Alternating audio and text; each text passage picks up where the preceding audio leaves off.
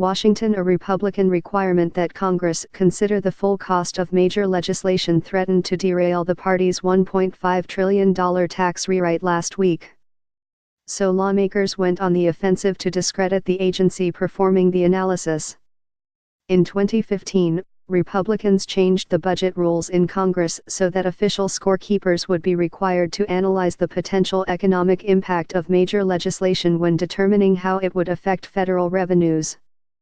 But on Thursday, hours before they were set to vote on the largest tax cut Congress has considered in years, Senate Republicans opened an assault on that scorekeeper, the Joint Committee on Taxation, and its analysis, which showed the Senate plan would not, as lawmakers contended, pay for itself but would add $1 trillion to the federal budget deficit.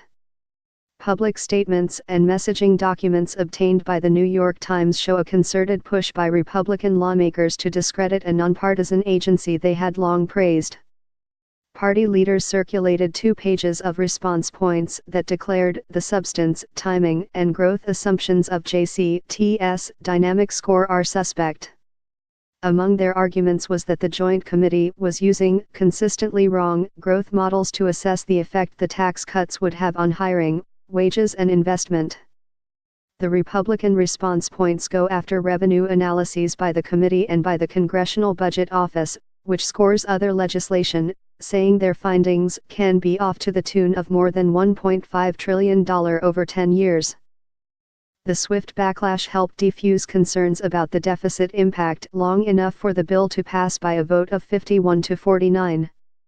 Some deficit hawks in the Senate caucus were sufficiently concerned about the report on Thursday night to delay the tax vote by a day, but the only Republican lawmaker to vote no was Senator Bob Corker of Tennessee, whose last-minute efforts to cut the size of the package or otherwise offset the deficit impact were unsuccessful.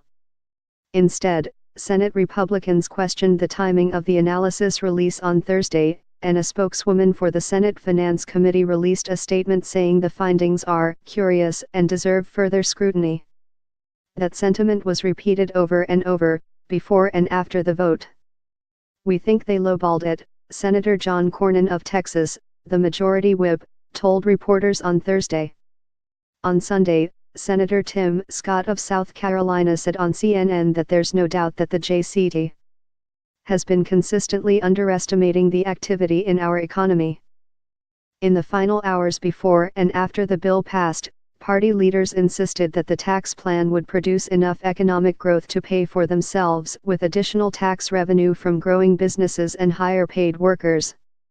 "I'm totally confident this is a revenue-neutral bill," Senator Mitch McConnell of Kentucky, the majority leader, told reporters early Saturday morning after the vote.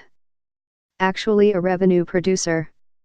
Yet there was no data to support those claims, despite promises by the Trump administration that such an analysis would be forthcoming. The Treasury, whose Secretary, Stephen Mnuchin, has said repeatedly that his department was working on an analysis to show how the tax cuts would not add to the deficit, has not produced any studies that back up those claims.